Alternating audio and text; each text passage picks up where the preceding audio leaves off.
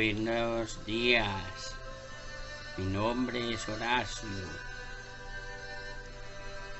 Hoy vamos a practicar la lección número 12. Estoy disgustado porque veo un mundo que no tiene significado. Estoy disgustado porque veo un mundo que no tiene significado. Un mundo sin significado engendra temor. Dios no creó un mundo sin significado. Mis pensamientos son imágenes que yo mismo he fabricado. No tengo pensamientos neutros.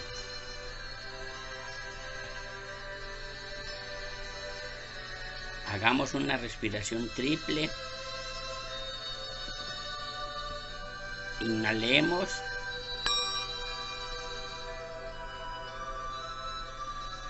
Exhalemos.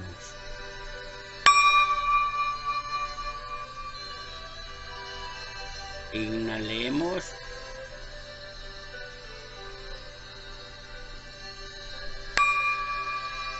Exhalemos.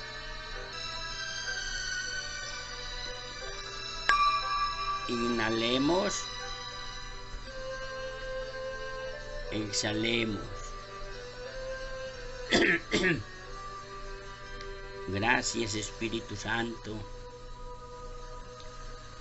Gracias, Jesucristo. Gracias, Dios Creador de todos los multiuniversos. Espíritu Santo, Jesucristo, ilumíname, guíame. Espíritu Santo, espía mi mente, sana dentro mío las memorias dolorosas, las ideas erróneas que me están ocasionando estos sufrimientos. Lo siento, perdóname, te amo, gracias. Gracias, Espíritu Santo.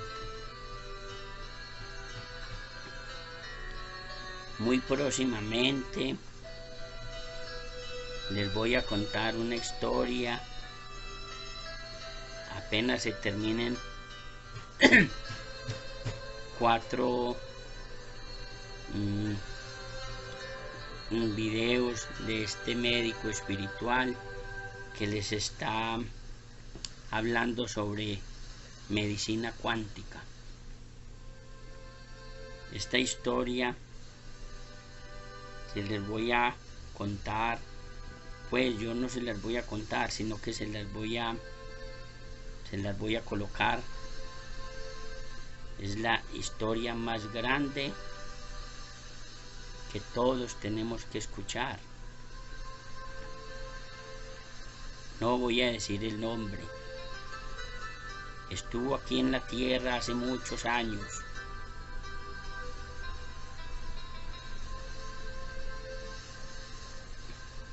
Estuvo aquí en la tierra hace muchos años para que comprueben con la historia que nos han contado los egos en el tiempo de atrás. Yo la comparo con el curso de milagros, a ver cuál es la verdadera relatividad, a ver si es la misma. Lo que pasa hay que verla de otra manera. La historia verdadera. Esta historia nadie pues muy pocos la tienen, muy pocos. Yo la tengo guardada hace por lo menos 7 años.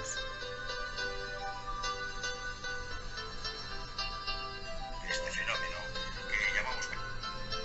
Yo la tengo guardada hace 7 años o 8. Yo la estudié, pero es la verdadera, no la que nos han contado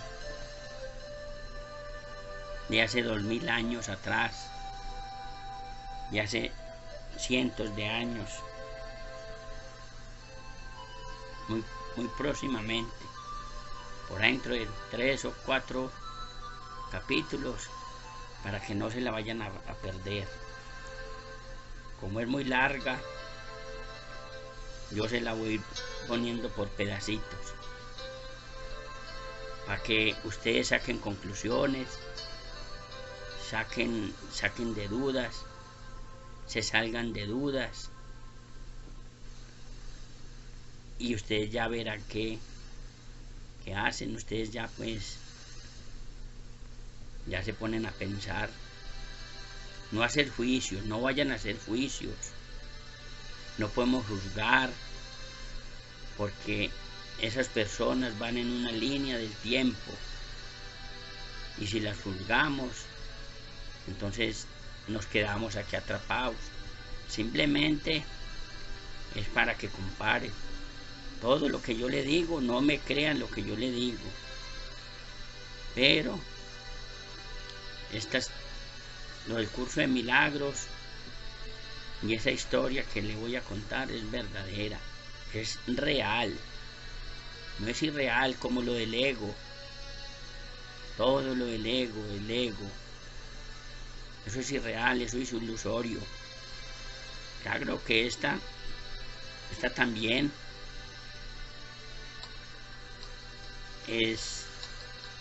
fue una persona que estuvo aquí en la tierra, pero de todas maneras es real, porque ustedes sacan conclusiones y ahí la van comparando con el curso de milagros.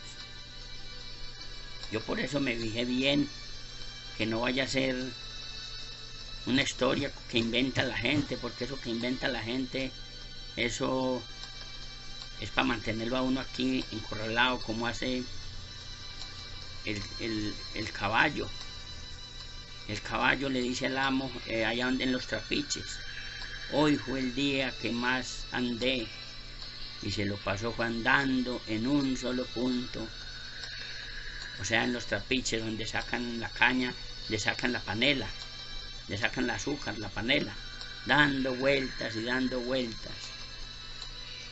Entonces voy a terminar con estos, no me faltan sino tres pedacitos de sobre la medicina cuántica, y ya les contaré la otra historia. Si les gusta, me escriben un videíto, ahí me escriben abajo en los videos. Si no les gusta, se la quito y no la vuelvo a contar. O sea, paro y sigo nada más con el curso de milagros, y no escuchamos esa historia, porque a mí ya se me están olvidando las historias mías. Entonces voy a contarles una historia, no de un ego, sino ustedes se van a dar cuenta. Muchas gracias, los quiero mucho.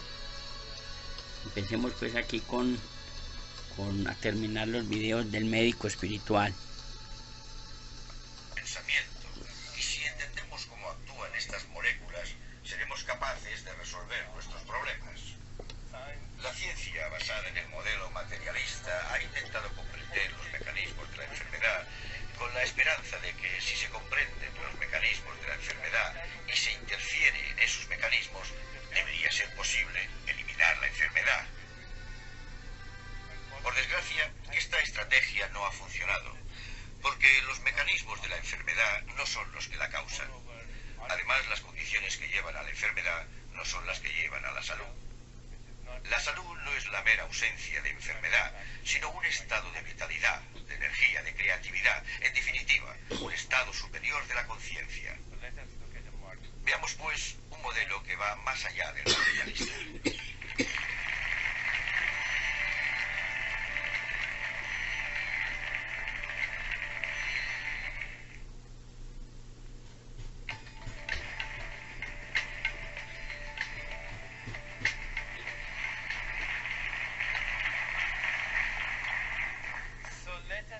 Intentemos considerar el cuerpo humano que se halla más allá de este modelo materialista. Centrarse en los mecanismos de la enfermedad e interferir en ellos puede influir en el desarrollo de la enfermedad. No hay duda al respecto.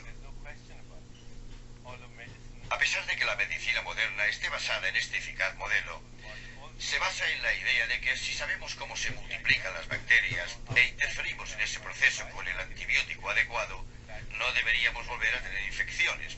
O que si sabemos cómo se replican las células cancerosas al nivel del ADN e interferimos en ese proceso con la quimioterapia adecuada, deberíamos acabar con el cáncer. O que si sabemos cómo se une el ácido hidroclórico a sus receptores en las paredes del estómago e interferimos en ese proceso, no deberíamos tener úlceras. Este método funciona en algunos casos, y el modelo materialista es extremadamente eficaz en el tratamiento de enfermedades agudas.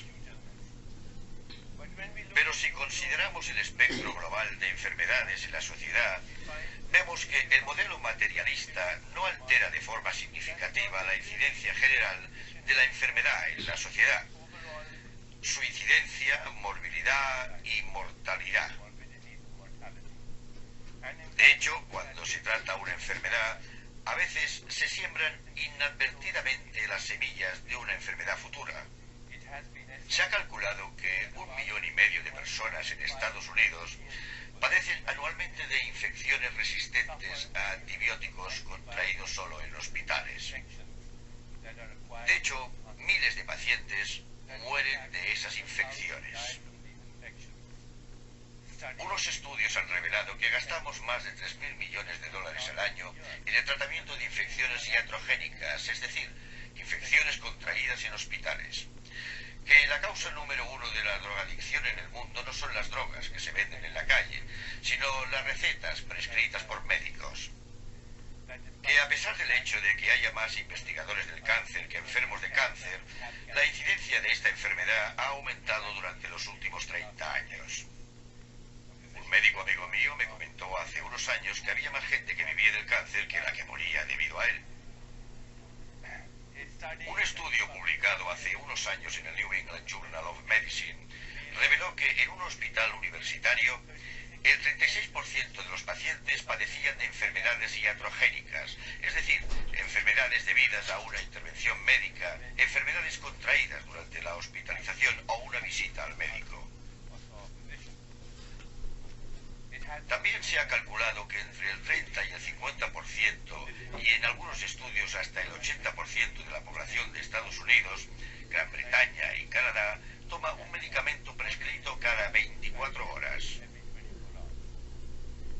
Así pues, yo opino que algo no funciona en este modelo materialista, que es muy eficaz en el tratamiento de la enfermedad aguda, pero que también nos hace creer que la solución a nuestros problemas reside en una pastilla mágica, una solución instantánea, una solución mágica que tiene efecto al instante, porque conocemos los mecanismos de la enfermedad. Como he dicho antes, los mecanismos de la enfermedad no son los condicionantes de la enfermedad, y estos, a su vez, no son los de la salud. Si queréis comprender los condicionantes de la salud, hay que plantearse una cuestión más profunda. ¿En qué consiste la vida? La vida, no solo como se manifiesta en nuestro cuerpo y mente, sino la vida en esencia, tal como se manifiesta en todas las formas de vida. ¿En qué consiste la vida? La ciencia trata de definirla por medio de sus manifestaciones, sus mecanismos. Hace poco le pregunté a un científico amigo mío, un médico, ¿sabrías definir la vida? Y él me contestó, sí, claro, es una enfermedad de transmisión sexual incurable. Si queréis conocer el significado de la vida, creo que tenemos que indagar un poco más. El cuerpo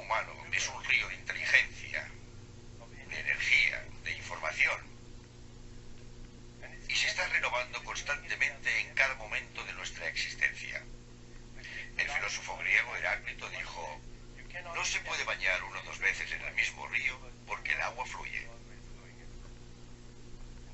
Y del mismo modo lo hace el yo, el verdadero yo. Y ahora averiguaremos quién es el verdadero yo. El verdadero ya no puede meterse en el mismo cuerpo 2 veces, porque a cada momento de nuestra existencia se renueva con más facilidad, menos esfuerzo y más espontaneidad de lo que necesitamos para cambiarnos de ropa. Basta con considerar algunos procesos fisiológicos para comprobar la certeza de esta información. Se ha calculado que al respirar, en una sola inspiración, absorbemos 10 elevado a la 22 átomos del universo. Es una cantidad ingente de materia prima que procede de la naturaleza y acaba formando células del corazón, el cerebro, los riñones, etc. Al expirar se expele 10 elevado a la 22 átomos que provienen de las células del organismo. Uno expele fragmentos de tejidos del corazón, los riñones y el cerebro, por lo que en teoría compartimos nuestros órganos con los demás todo el tiempo. El gran poeta americano Walt Whitman dijo: cada átomo que os pertenece también me pertenece. Cada átomo que os pertenece también me pertenece. Y no es una metáfora poética, es un hecho fisiológico.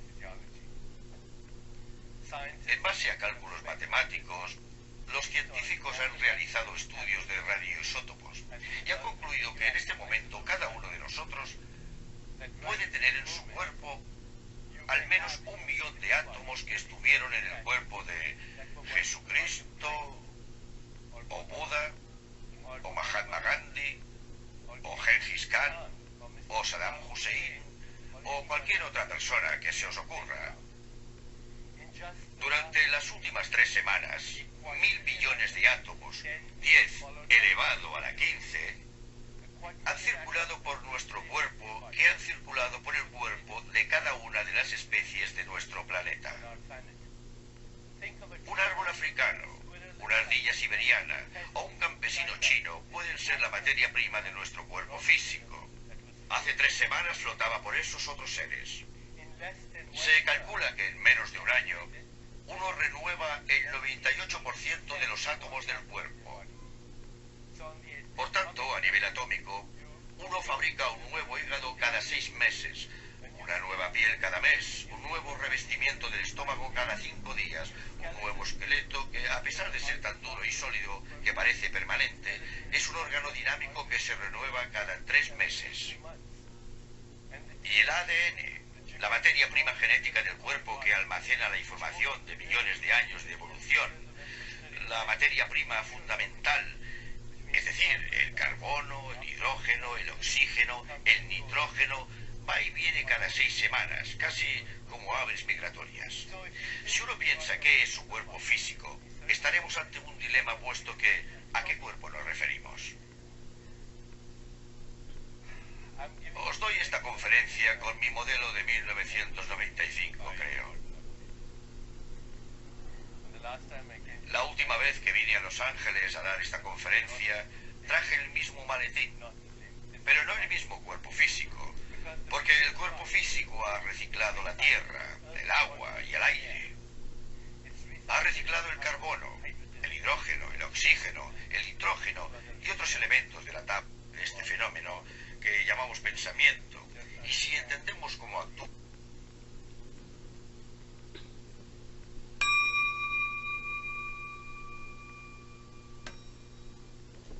Inhalemos.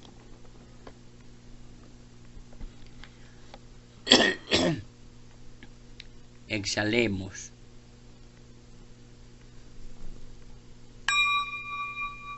Inhalemos y exhalemos.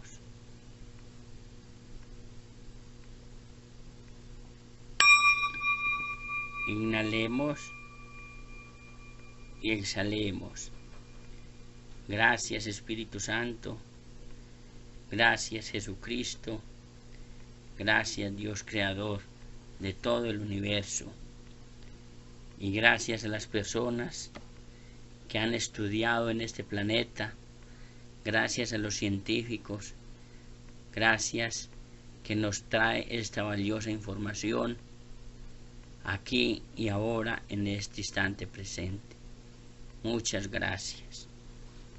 Vamos pues con la leccioncita número 12. Lección 12. Estoy disgustado porque veo un mundo que no tiene significado. La importancia de esta idea radica en el hecho de que contiene la corrección de una importante distorsión perceptual. Piensas que lo que te disgusta es un mundo aterrador o un mundo triste, un mundo violento o un mundo demente. Todos esos atributos se los otorgas tú. El mundo de por sí no tiene significado. Estos ejercicios deben hacerse con los ojos abiertos. Mira a tu alrededor, esta vez muy lentamente. Trata de seguir un ritmo tal que el lento pasar de tu mirada de una cosa a otra sea a intervalos de tiempo bastante similares. No permitas que el lapso de tiempo empleado para pasar de una cosa a otra sea ostensiblemente más corto o más largo. Trata, en cambio, de mantener un compás medido y parejo a lo largo de todo el ejercicio. Lo que veas no importa. Te enseñas esto a medida que le prestas la misma atención y le dedicas el mismo tiempo a cualquier cosa sobre la que tu mirada se pose. Este es uno de los pasos iniciales en el proceso de aprender a conferirles a todas las cosas el mismo valor. A medida que mires a tu alrededor, di para tus adentros: creo ver un mundo temible, un mundo hostil, un mundo peligroso, un mundo triste, un mundo perverso, un mundo enloquecido, y así sucesivamente, usando cualquier término descriptivo que se te ocurra. Si se te ocurren términos que parecen ser positivos en vez de negativos, inclúyelos también. Podrías pensar, por ejemplo, en un mundo bueno o en un mundo agradable. Si se te ocurren términos de esa índole, úsalos junto con los demás. Es posible que aún no entiendas por qué esos adjetivos buenos forman parte de estos ejercicios, pero recuerda que un mundo bueno implica uno malo, y uno agradable implica uno desagradable. Todos los términos que te vengan a la mente son adecuados para los ejercicios de hoy. Su aparente valor no importa. Asegúrate, al aplicar la idea de hoy, de no alterar la duración de los intervalos de tiempo entre lo que piensas que es agradable y lo que piensas que es desagradable. Para los efectos de estos ejercicios, no hay diferencia alguna entre una cosa y otra. Al final de la sesión de práctica, añade: pero estoy disgustado porque veo un mundo que no tiene significado. Lo que carece de significado no es ni bueno ni malo. Porque, entonces, ¿habría de disgustarte un mundo que no tiene significado? Si pudieses aceptar al mundo como algo que carece de significado y dejar que en lugar de lo que tú crees la verdad se escribiese en él por ti, ello te llenaría de una felicidad indescriptible. Pero precisamente porque carece de significado te sientes impulsado a escribir en él lo que tú quisieras que fuese. Eso es lo que ves en él. Eso es lo que en verdad no tiene significado. Bajo tus palabras está escrita la palabra de Dios. La verdad te disgusta ahora, pero cuando tus palabras hayan sido borradas, verás la suya. Ese es, en última instancia, el propósito de estos ejercicios. 3 o 4 sesiones de práctica con la idea de hoy serán suficientes. Dichas sesiones no deben pasar de 1 minuto. Es posible que incluso 1 minuto te resulte demasiado largo. Suspende los ejercicios en el momento en que experimentes cualquier tensión. Lección 13. Un mundo sin significado engendra temor.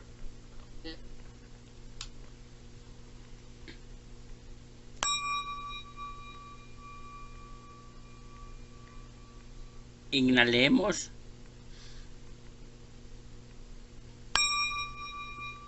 Exhalemos.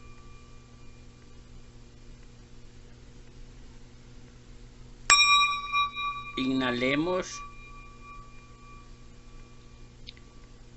Exhalemos. Inhalemos. Exhalemos. De pronto ustedes se preguntarán que para qué es esa campana. Lo que pasa es que esa campanita le doy yo el golpecito es con el fin de que no se duerman en la meditación, porque si están meditando y se duermen, no sirve la meditación, porque tiene que estar usted como entredormido. Entonces cuando suena la campanita es para que inhalen y exhalen y no se duerman. De todas maneras, muchas gracias. Voy a contarles una historiecita pequeñita, a ver si me acuerdo, porque es que yo improviso, yo no me programo qué es lo que voy a decir, sino que a mí se me va viniendo a medida que voy sacando el videíto, se me viene la historia a la mente. Entonces yo no tengo tiempo ni de repasarla, sino así como la tengo grabada en el inconsciente. Una vez había un señor rico que fue a pagarle un trabajo a un agricultor porque le había hecho un trabajo. Entonces le dijo al señor agricultor que cuánto le pagaba por el trabajo que le había hecho. Y el agricultor dijo no, que cómo le iba a cobrar, que todo, que él esos trabajitos lo hacía era por amor y por servir a la humanidad, que a nuestros hermanos. Entonces al rico se le salió una idea y dijo, hagamos pues una cosa, si usted no me va a cobrar, déjeme llevar a su hijo para el pueblo, yo le daré estudio a ver si sale un hijo como su padre. Pues el señor del campo, el de la finca, con dolor dijo que bueno, que se llevó un hijo menor que tenía en la casa ya como de 8 años. El señor que tenía forma, o sea, pues que estaba acomodadito, se llevó al muchachito para la ciudad. Allá empezó al estudie, hasta que se convirtió en un gran médico ese muchachito. Entonces, ya después con el tiempo, fue el descubridor de la penicilina. Entonces, yo no me acuerdo del nombre, que Ralph Churchill, yo no sé, no me acuerdo bien cómo es el nombre. Entonces, después, el hijo del rico de que vivía en la ciudad, que leyó el estudio, se enfermó una enfermedad incurable, o sea, como un cáncer, o yo no sé qué enfermedad le dio. ¿Qué lo salvó? La penicilina. Alguien dijo una vez, trabaja como si no necesitaras el dinero, baila como si nadie te estuviera mirando y ama como si nadie te hubiera herido. Entonces, la moraleja samurái de la historia quiere decir es que ese señor generó una causa. Entonces él ni siquiera sabía qué le iba a pasar. O sea, por eso uno cuando hace las cosas tiene que hacerlas con amor, sin interés de que le paguen, todo por amor, por servicio. A él le dio estudio a ese muchacho frastero, o sea, un señor.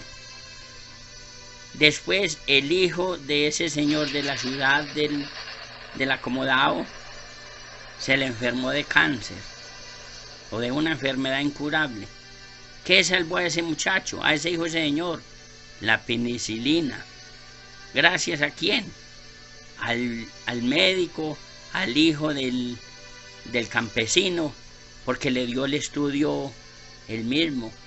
O sea que ese fue el efecto. El efecto fue haberle salvado el hijo a él mismo, pero él sin saber. Ustedes ya me entienden la historia. Por eso dice, trabaja como si no necesitaras el dinero, baila como si nadie te estuviera mirando y ama como si nadie te hubiera herido. El resultado que estamos viendo hoy es la cosecha que atrás hemos sembrado. Entonces cambiemos Cambiemos la manera de ver las cosas. Cuando de pronto una persona pase por el frente de uno y le haga mala cara, ahí mismo usted por dentro dice: Espíritu Santo, manifiéstate en mi mente. Gracias, Espíritu Santo, por mostrarme la persona que soy yo todavía. O sea, no necesariamente tiene que ir usted, que porque el otro le está haciendo mala cara, ir a sacar usted un machete, ir a pegarle un peinillazo, sino que es el reflejo. Nosotros somos un espejo. O sea, los errores de nosotros, los errores, las culpas que tenemos, todo que nos atormenta, las vemos en el compañero, en el espejo, en todo el que pase por el frente. Los mendigos, los amigos, los enemigos que van pasando por el frente. Así pase para otra parte. Le voy a contar otra historia cortica. Una vez llegó una persona a un colegio, una muchacha, a pedir trabajo.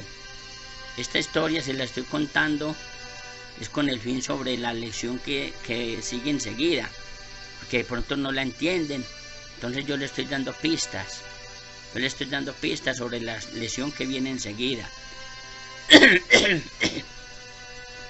Fue la muchacha a pedir a un colegio trabajo. Entonces los señores del colegio, el señor, el rector, o sea, el dueño de ese colegio o el encargado, trabajaba con la señora allá adentro en la oficina. Cuando de pronto el señor la entrevistó y le dijo: bueno, señora, ¿usted quiere trabajar en este colegio? Y dijo: sí, señor. Dijo: cuénteme usted dónde trabajaba antes. Y me dijo: yo trabajaba allí como a 3 cuadras de este colegio. Y cuénteme cómo era ese colegio, cómo eran las personas allá, si eran humanitarios, cómo era ese colegio. Hábleme de ese colegio. Entonces ella dijo: no, ese colegio donde yo trabajaba, eso eran muy malas pagas, eso eran muy desordenados, esos muchachos son muy groseros, muy cochinos. Eso allá era una porquería, allá en ese colegio. Entonces yo me aburrí y me vine para acá a pedir trabajo. Entonces el señor, el rector, le dijo: ah, bueno, pero lo que pasa, señora, usted tiene buen currículo aquí. Pues en la carta de referencias tiene buen currículo, pero lo que pasa, le voy a contar una cosa. Lo que pasa es que este colegio es igualitico al que acaba usted de mencionar. Y le dijo que muchas gracias, pues que así, que también era así el colegio, que cochino, que los niños eran muy cochinos, que eran muy desasiados, que también eran muy malas pagas. Usted me entiende, pues, que muy cochinos así en este colegio. Y le despachó y le dijo que muchas gracias. La señora del rector miraba al esposo con una mirada así como de entrevista y seguía trabajando. Como a los 8 días volvió otra muchacha a pedir trabajo de maestra a ese colegio. Entonces le dijo: oiga, señor, lo que pasa es que yo vengo en busca de trabajo, yo soy profesora, entonces yo vine a ver si usted me da trabajito. Y le dijo: ah, bien, pues siéntese, yo le voy a hacer una entrevista. Entonces le miró el currículo, tenía buen currículo, pues, de la carta de presentación, o sea, la referencia de donde trabajó. Entonces le preguntó: oiga, señora, ¿el colegio donde trabajaba usted era dónde? Y dijo: el trabajo era por allá lejos, en un campo, como a 5 kilómetros de aquí. Entonces lo que pasa es como yo quedé embarazada, me queda muy retirado para yo ir a trabajar allá. Entonces yo quiero por aquí más cerquita del pueblo. Entonces ya el rector le dijo, bueno, cuénteme cómo era en el colegio allá, las personas de ese colegio, cómo era esa escuela, cuénteme. Cómo eran los alumnos, cómo eran para pagarle allá a usted en esa escuela. Y dijo, no, esos niños eran un amor, eso era una belleza. Esa escuela era lo más de aseada, lo más de limpia. A mí me dan nostalgia contando estas historias, me ponen a llorar. Entonces,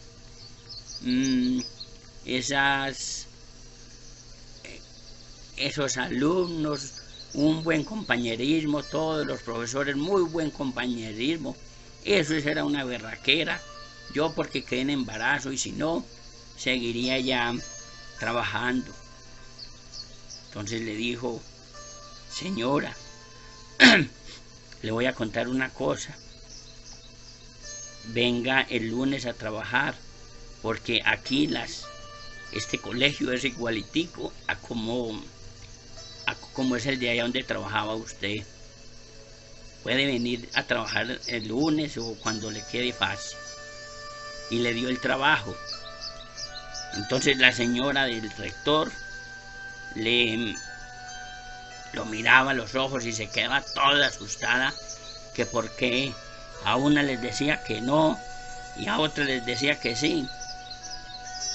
Y entonces le dijo el rector a la señora de él que lo que pasa es que uno donde vaya a Estados Unidos, vaya a Bogotá, vaya a cualquier parte, vaya al otro lado del mundo, así nos muramos, pasemos a la otra dimensión, llevamos los problemas nosotros, los llevamos adentro de nuestro ser, adentro de nuestra mente, adentro de nuestra conciencia, porque es que el mundo que vemos nosotros afuera, todo lo tenemos adentro. Nosotros no podemos buscar nada afuera, en las cosas materiales, en todo, sino todo está adentro de nuestro ser, no adentro de este cuerpo, porque entonces fuera un envase vacío, sino adentro de la esencia, en nosotros todo está, en la información, en el alma, en el espíritu, en la mente. Entonces, ya saben pues, que no busquemos afuera nada, no busquemos nada afuera, sino todo está dentro de uno. Conozcámonos uno. ¿Quién soy yo? ¿A quién le puedo servir? ¿A quién le puedo ayudar? ¿A quién le puedo colaborar? Para así poder encontrar la paz interior y para poder que evolucionemos todos junticos, que nos encontremos todos allá en el paraíso terrenal, en la eternidad, como la quieran llamar. De todas maneras, muchas gracias. Sigamos escuchando aquí la lección. Hagamos una inhalación. A mí me ponen a llorar estas historias. Inhalemos. Exhalemos. Inhalemos. Exhalemos. Inhalen. Y exhalen.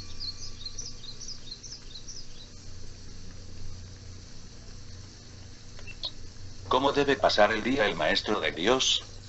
1. Para un maestro de Dios avanzado esta pregunta es irrelevante.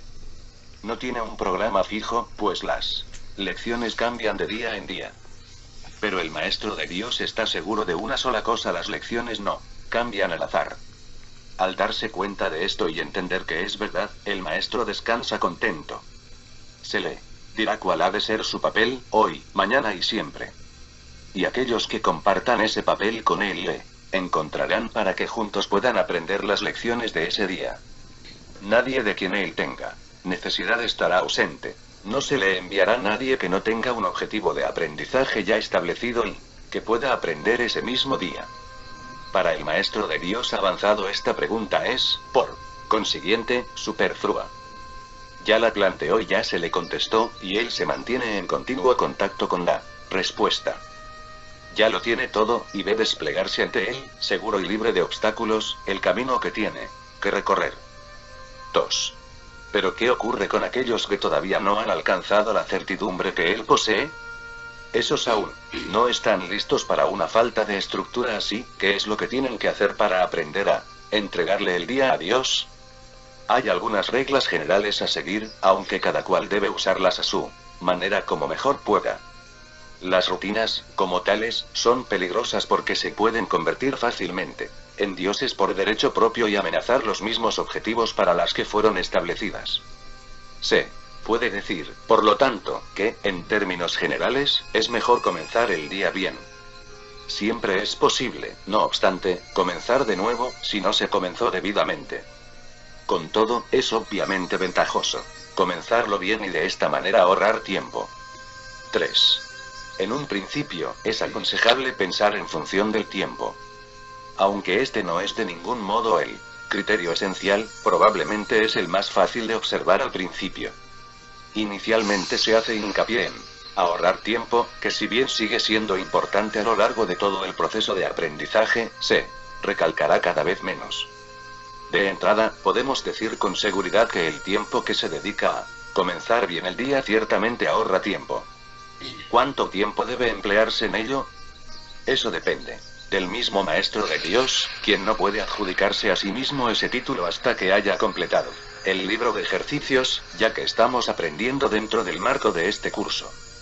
Después de haber finalizado las sesiones de práctica más estructuradas contenidas en el libro de ejercicios, la necesidad individual será el factor determinante.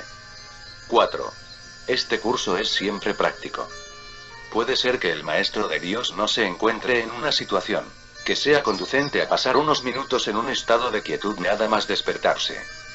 Si ese es el caso, que recuerde tan solo que su elección es pasar un rato con Dios lo antes posible, y que lo haga. La cantidad de tiempo que dedique a ello no es lo más importante. Uno puede fácilmente pasarse una hora sentado inmóvil con los ojos cerrados y no lograr nada. O bien puede, con igual facilidad, dedicarle a Dios solo un instante, y en ese instante unirse a Él completamente. Quizá la única generalización que puede hacerse al respecto es la siguiente: dedica un rato lo antes posible después de despertarte a estar en silencio, y continúa durante 1 o 2 minutos más después de que haya comenzado a resultarte difícil. Probablemente descubrirás que la dificultad disminuye y desaparece. En caso de no ser así, ese es el momento de parar. 5. Por la noche se debe seguir el mismo procedimiento. Tal vez tu período de sosiego deba ser temprano. En la noche, si no te es posible hacerlo inmediatamente antes de irte a dormir. No debes hacerlo acostado. Es mejor estar sentado, en cualquier postura que prefieras.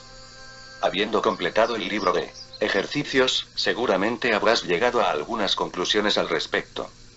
Si te es posible, un momento apropiado para dedicárselo a Dios es justo antes de irte a dormir. Esto pone a tu mente en un estado de reposo y te aparta del miedo. Si te resulta más conveniente hacerlo más temprano, asegúrate al menos de no olvidarte pasar un rato, aunque solo sea un momento, en el que cierras los ojos y piensas en Dios. 6. Hay un pensamiento en particular que debe recordarse a lo largo del día. Es un pensamiento de pura dicha, de paz, de liberación ilimitada. Ilimitada porque todas las cosas se liberan dentro de él. ¿Crees que has construido un lugar seguro para ti mismo? ¿Crees que has forjado un poder que te puede salvar de todas las cosas aterradoras que ves en sueños? Pero no es así. Tu seguridad no reside ahí. A lo que renuncias es simplemente a la ilusión de que puedes proteger tus ilusiones. Ese es tu temor y solo ese. Qué insensatez estar atemorizado por nada. Nada en absoluto. Tus defensas son inservibles, mas tú no estás en peligro. No tienes ninguna necesidad de ellas. Reconoce esto y desaparecerán. Y solo entonces aceptarás tu verdadera protección. 7. Cuán fácil y tranquilamente transcurre el tiempo para el maestro de Dios que ha aceptado su protección. Todo lo que antes hacía en nombre de su propia seguridad ha dejado de interesarle, apuesto. Que está a salvo y sabe que lo está. Tiene un guía que no le ha de fallar. No es necesario que haga distinciones entre los problemas que percibe porque aquel a quien acude reconoce que no hay grados de dificultad en su resolución. Está tan a salvo en el presente como lo estaba antes de que su mente aceptase las ilusiones, y como lo estará cuando las haya abandonado. Su estado no cambia con la ocasión o con el lugar porque todas las ocasiones y todos los lugares son uno para Dios. En esto reside su seguridad. No tiene necesidad de nada más. 8. Con todo, habrá tentaciones a lo largo del camino que al Maestro de Dios aún le queda por recorrer y tendrá necesidad de recordarse a sí mismo durante el transcurso del día que está protegido. ¿Cómo puede hacer eso, especialmente en los momentos en que su mente esté ocupada con cosas externas? Lo único que puede hacer es intentarlo y su éxito dependerá de la convicción que tenga de que va a triunfar. Deberá tener absoluta certeza de que su éxito no procede de él, pero que se le dará en cualquier momento, lugar o circunstancia que lo pida. Habrá ocasiones en que su certeza flaqueará y, en el momento en que esto ocurra, el Maestro de Dios volverá a tratar, como antes, de depender únicamente de sí mismo. No olvides que eso es magia y la magia es un pobre sustituto de la verdadera ayuda. No es suficientemente buena para el Maestro de Dios porque no es suficientemente buena para el Hijo de Dios. 9. Evitar la magia es evitar la tentación. Pues toda tentación no es más que el intento de sustituir la voluntad de Dios por otra. Estos intentos pueden parecer ciertamente aterradores, pero son simplemente patéticos. No pueden tener efectos, ya sean buenos o malos, sanadores o destructivos, tranquilizadores o aterradores, gratificantes o que exijan sacrificio. Cuando el Maestro de Dios reconozca que la magia simplemente no es nada, habrá alcanzado el estado más avanzado. Todas las lecciones intermedias no hacen sino conducirle a ese estado y facilitar el que este objetivo esté más cerca de reconocerse. Pues cualquier tipo de magia, sea cual sea su forma, es simplemente impotente. Su impotencia explica por qué es tan fácil escaparse de ella. Es imposible que lo que no tiene efectos pueda aterrorizar. 10. No hay nada que pueda sustituir a la voluntad de Dios. Dicho llanamente, a este hecho es al que el Maestro de Dios dedica su día. Cualquier otro sustituto que acepte como real, tan solo puede engañarle. Mas está a salvo de cualquier engaño si así lo decide. Quizá necesite recordar: Dios está conmigo. No puedo ser engañado. Quizá prefiera usar otras palabras, o solo una, o ninguna. En cualquier caso, debe abandonar toda tentación de aceptar la magia como algo verdadero, y reconocer que no solo no es aterradora, ni pecaminosa, ni peligrosa, sino que simplemente no significa nada. Al estar arraigada en el sacrificio y la separación, que no son más que dos aspectos de un mismo error, el Maestro de Dios elige simplemente renunciar a todo lo que nunca tuvo. Y a cambio de ese sacrificio, se le restaura el cielo en su conciencia. 11. ¿No te gustaría un intercambio así? El mundo lo haría gustosamente si supiera que se puede hacer. Los maestros de Dios son los que deben enseñarle que sí se puede. Y, por lo tanto, su función es asegurarse de que ellos mismos lo hayan aprendido. No hay otro riesgo durante el día, excepto el de poner tu confianza en la magia, pues solo eso conduce al dolor. No hay más voluntad que la de Dios. Sus maestros saben que esto es así y han aprendido que todo lo demás es magia. Lo que mantiene viva la creencia en la magia es la ilusión simplista de que la magia da resultado. Los maestros de Dios deben aprender a detectar las diversas formas de magia a lo largo de todo su entrenamiento, cada día y cada hora, e incluso cada minuto y cada segundo, y a percibir el hecho de que no significan nada. Cuando se las deja de temer, desaparecen. Y así se vuelve a abrir la puerta del cielo, y su luz puede volver a irradiar sobre la mente que se encuentra en paz. 17. ¿Cómo lidian los maestros de Dios con los pensamientos mágicos? 1.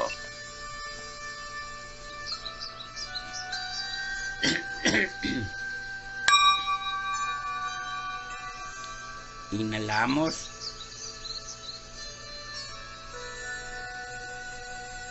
Y exhalamos.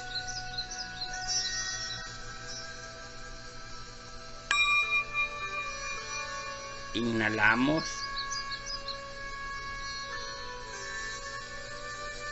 Y exhalamos.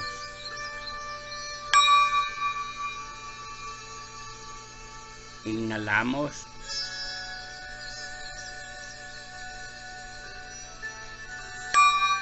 Y exhalamos.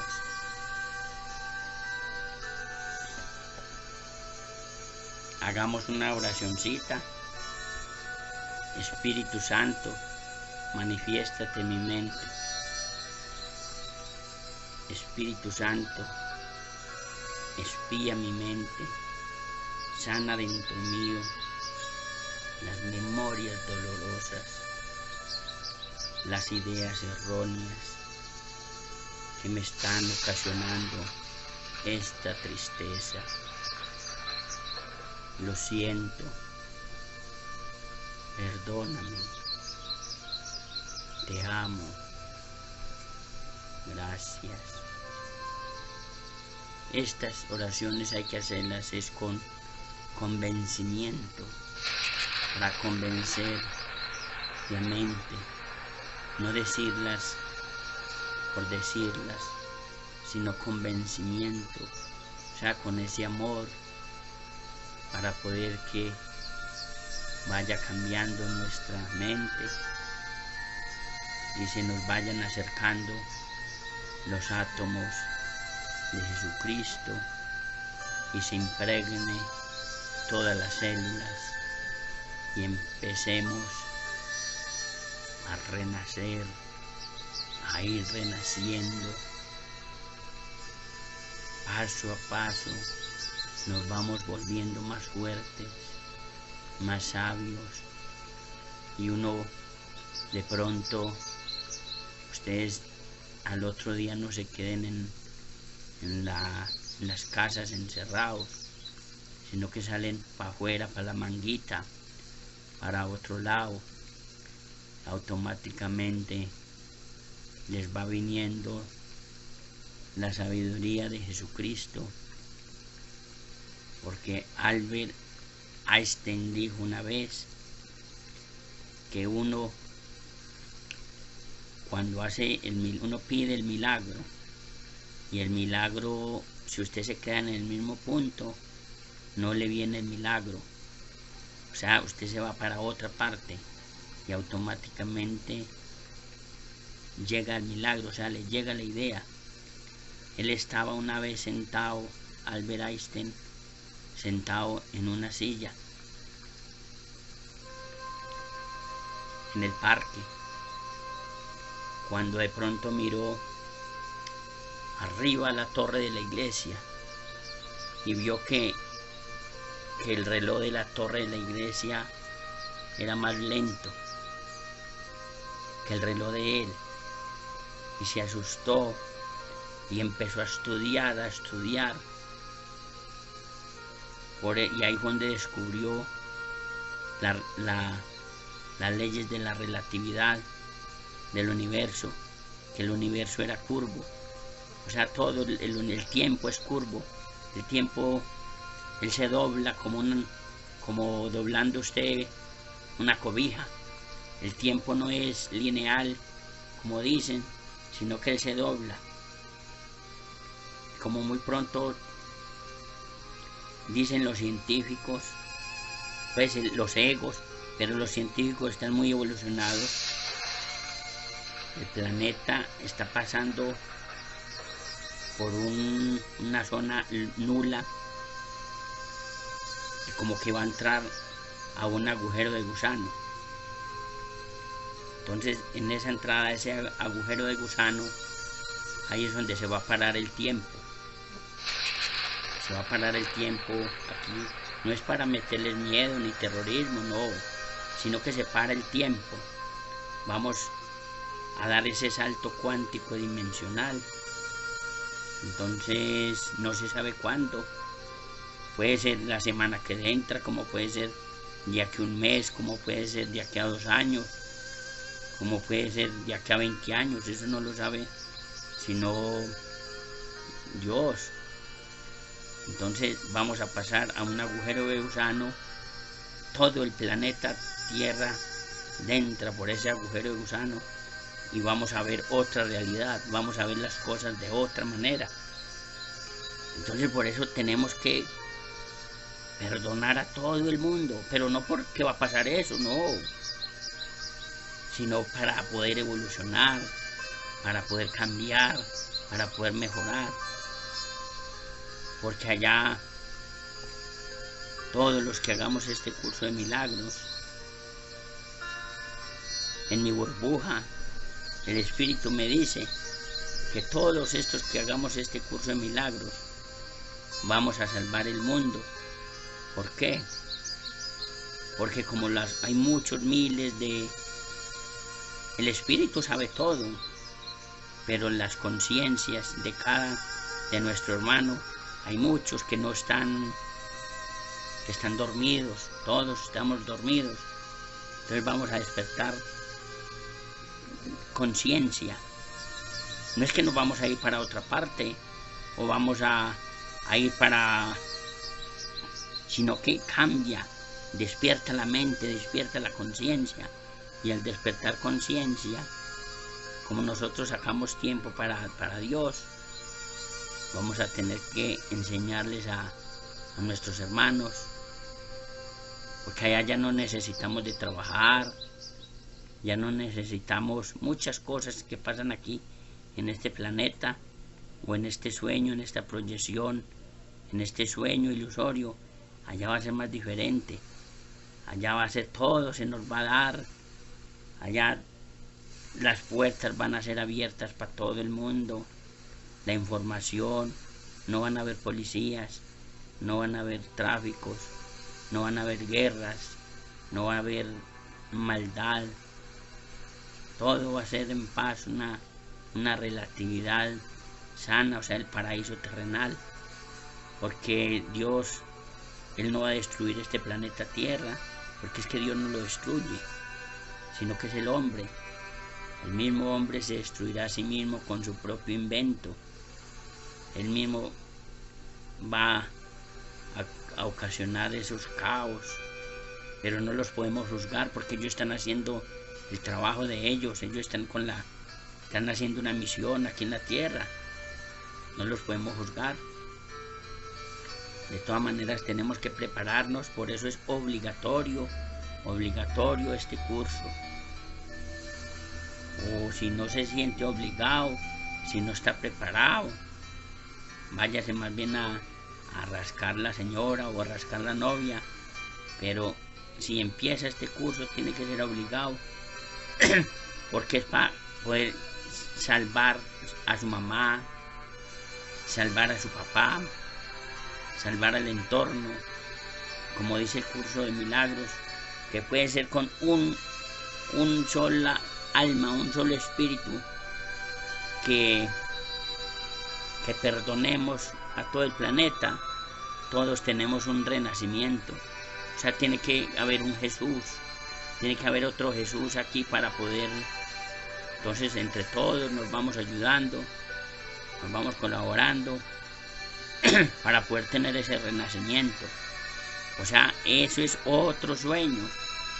No es que no va a ser, pero otro sueño, vamos a pasar a otro sueño.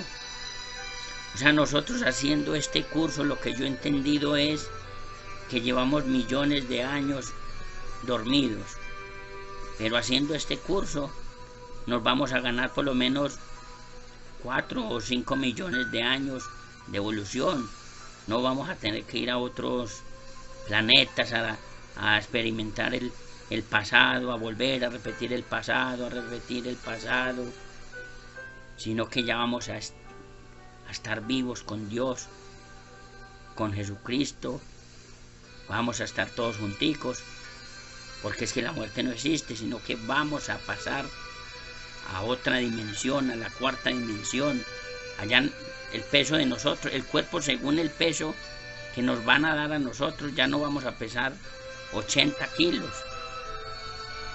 sino que hablando de los kilogramos de la tierra aquí de este sueño, quedamos pesando como 3 kilos, livianitos, las personas de 3 kilos, pero la anatomía del cuerpo se nos va a cambiar, vamos a ser como de 2 metros de alto, bonitos como somos, vamos a ser jóvenes por ahí de 20 años todos, no van a ver viejos, sino todos bonitos, con otro cuerpo, y podemos levitar, o sea, pues con el pensamiento, podemos viajar con el pensamiento a la velocidad de la luz, pero los que cambiemos, los que no cambiemos, siguen allá arrastrándose. Cuando unos van adelante, cuando los unos van caminando, los otros atrás vienen arrastrados. Entonces pues, tenemos que ayudarlos, pero por eso tenemos que empezar desde ahora. El curso de milagros nos dice que lo importante es que empecemos. No tenemos que terminar el curso, sino que empezar. Allá cuando nos llamen a cuentas, si empezamos y lo estamos haciendo bien, con amor, y eso allá pasamos, allá tenemos el premio. Pero si no hacemos este curso, se pierde el alma. Se pierde, ¿por qué? Porque entonces ya esa alma la coge el ego. El ego le manda la muerte y allá ya se queda el alma dormida en las tinieblas, en la oscuridad, por muchos años, por miles de años se queda, y uno allá con esos tormentos,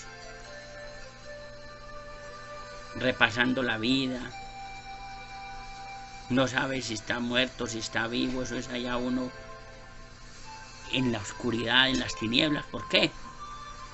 Porque no salimos a la luz, nos quedamos enfrascados en las cosas del pasado, y hay que vivir el presente, el aquí y el ahora, a ver con las cosas nuevas. Hay que estar alerta.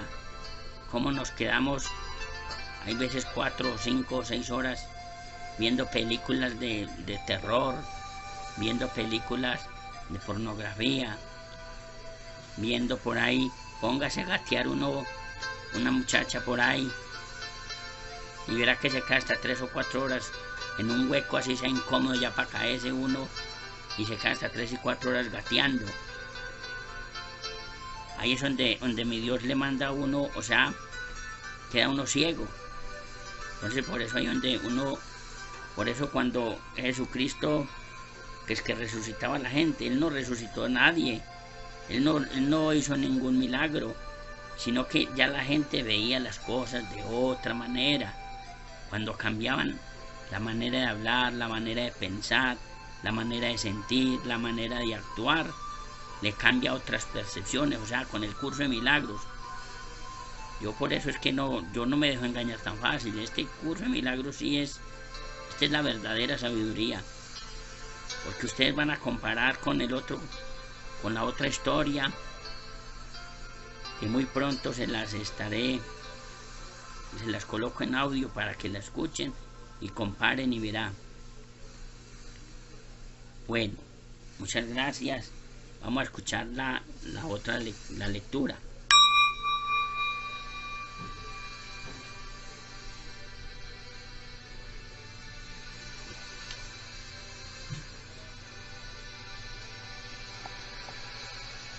(7) Causa y efecto.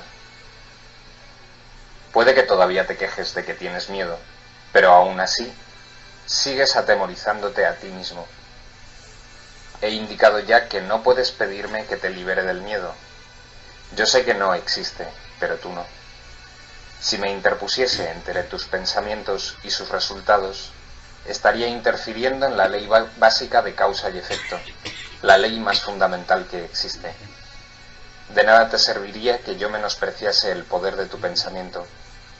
Ello se opondría directamente al propósito de este curso. Es mucho más eficaz que te recuerde que no ejerces suficiente vigilancia con respecto a tus pensamientos. Tal vez pienses que a estas alturas solo un milagro te capacitaría para hacer eso, lo cual es absolutamente cierto.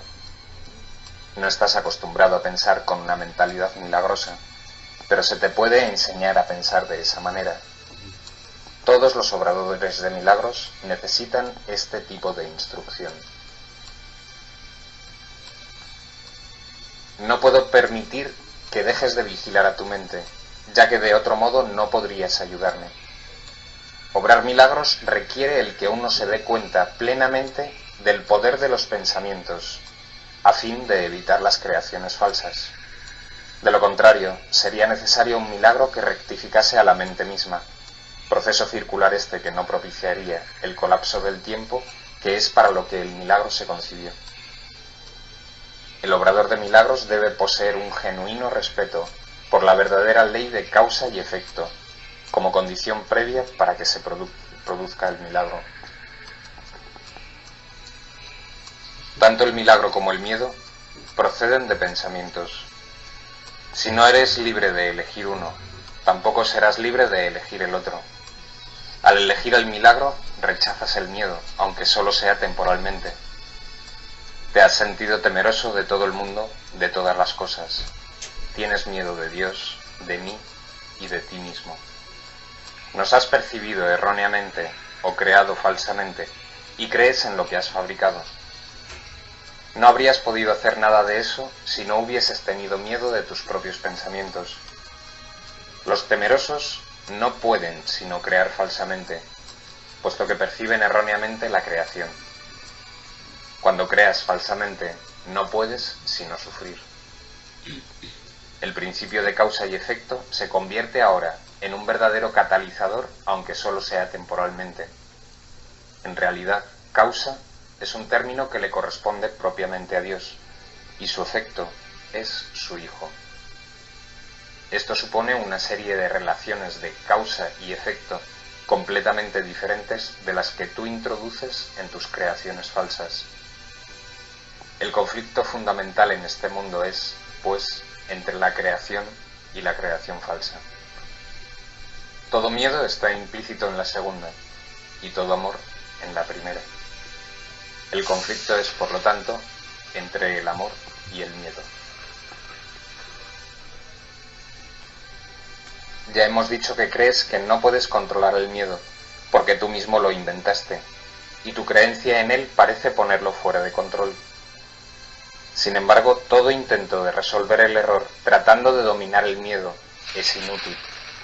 De hecho, eso no hace más que corroborar su poder al asumir que necesita ser dominado. La verdadera solución descansa enteramente en alcanzar el dominio por medio del amor. En el ínterin, no obstante, la sensación de conflicto es inevitable, ya que te has colocado a ti mismo en una posición en la que crees en el poder de algo que no existe. La nada y el todo no pueden coexistir. Creer en uno es negar el otro. El miedo no es nada realmente, y el amor lo es todo. Siempre que la luz irrumpe en la oscuridad desaparece. Lo que tú crees es cierto para ti. En este sentido, la separación ha ocurrido, y negarlo sería utilizar incorrectamente la negación. Concentrarse en el error, no obstante, no es más que otro error. El procedimiento correctivo inicial consiste en reconocer temporalmente que hay un problema, mas solo como señal de que tiene que ser corregido de inmediato.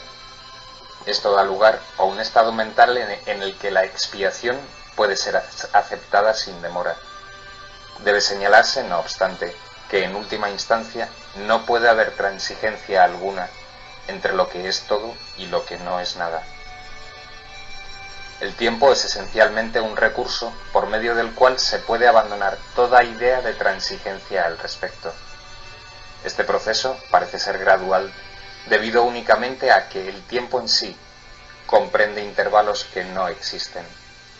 La creación falsa hizo que esto fuese necesario como recurso de corrección.